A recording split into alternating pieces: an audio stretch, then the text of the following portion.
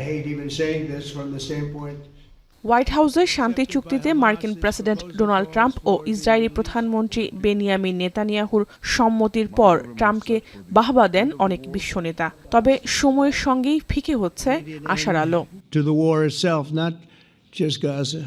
Trump যেসব প্রস্তাব দিয়েছেন তা মূলত গাজাকে ধ্বংস করে মিত্রপক্ষ ইসরায়েলকে জিতিয়ে দেওয়ার জন্য, এমনটাই মত বিশেষজ্ঞদের, যার প্রমাণ মেলে ট্রাম্পের আলটিমেটাম দেখে।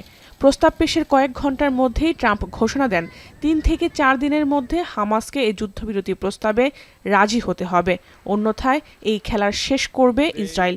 সেক্ষেত্রে গাজায় আগ্রাসনের মাত্রা আরও কয়েক গুণ বাড়ানোর হুঁশিয়ারি দিয়েছেন জাতিসংঘে নিযুক্ত ইসরায়েলি রাষ্ট্রদূত। If they reject the plan, Israel will finish the job, either the easy way or the hard way. Their return cannot wait.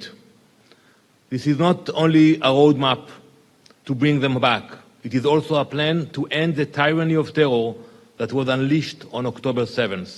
যদিও হামাসের পক্ষ থেকে ট্রাম্পের প্রস্তাব নিয়ে এখনও চূড়ান্ত কোনো সিদ্ধান্ত আসেনি, বিষয়টি পর্যালোচনা করছে বলে জানিয়েছে তারা। এছাড়াও শান্তি চুক্তির বাস্তবায়নে সাবেক ব্রিটিশ প্রধানমন্ত্রী টনি ব্লেয়ারের নাম প্রস্তাব করেন মার্কিন প্রেসিডেন্ট, যিনি ইরাক যুদ্ধের জন্য মধ্যপ্রাচ্যের ইতিহাসে বেশ সমালোচিত। قرار صعب هذا راح يتاخذ فيها، يا إذا كان موافقة فقرار صعب، وإن كان عدم الموافقة برضه قرار صعب، والشعب اللي رايح فيها والشعب اللي بموت والشعب الوطن اللي بتدمر.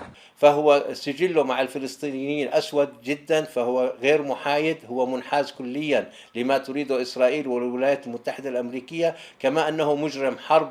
এদিকে ইসরায়েলের হুমকিকে তোয়াক্কা না করে গাজার দিকে ত্রাণ নিয়ে এগিয়ে যাচ্ছে নৌবহর সমুদ ফ্লোটিলা, যেখানে রয়েছে ৪৪টি নৌযান।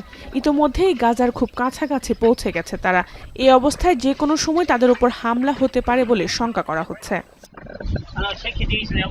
জোহানারা ভুঁইয়া, এখন বিশ্ব।